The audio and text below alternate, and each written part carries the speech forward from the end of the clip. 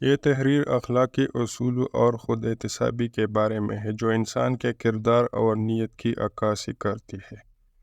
اس میں کچھ روزمرہ کی عادات کے ذریعے اس بات کی نشاندہی کی گئی ہے کہ کس طرح ہمارے چھوٹے فیصلے اور رویے بڑے اخلاقی مسائل کی نشاندہی کر سکتے ہیں۔ نمبر 1، چائے میں زیادہ چینی یا دودھ ڈالنا۔ اگر آپ ہوٹل یا ریسٹورانٹ میں گھر کے مقابلے میں زیادہ چینی یا دودھ استعمال کرتے ہیں تو اس کا مطلب ہے کہ آپ میں اخلاقی کمزوری یا خود غرضی کا رجحان ہے۔ نمبر 2، عوامی مقامات پر وسائل کا بے جا استعمال۔ اگر آپ عوامی مقامات پر زیادہ ٹیشو پیپر، صابن یا عطر کا استعمال کرتے ہیں تو یہ اس بات کی علامت ہے کہ اگر آپ کو موقع ملے تو آپ سرکاری یا عوامی وسائل کا غلط استعمال کریں گے۔ نمبر 3، تقریبات میں زیادہ کھا لینا۔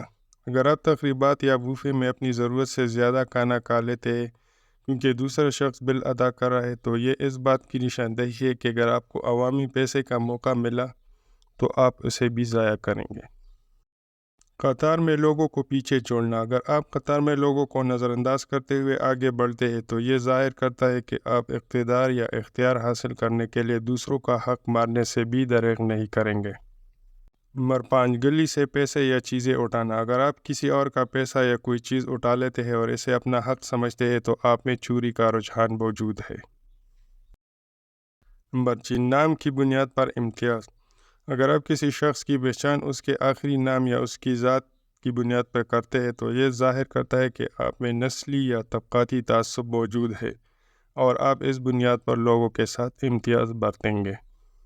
نمبر 7، ٹریفک قوانین کی خلاف ورزی۔ اگر آپ ٹریفک قوانین کو نظر انداز کرتے ہیں تو اس کا مطلب ہے کہ آپ کو قانون کی پاسداری کا کوئی خیال نہیں اور آپ بڑے قوانین کو بھی توڑنے کا رجحان رکھتے ہیں۔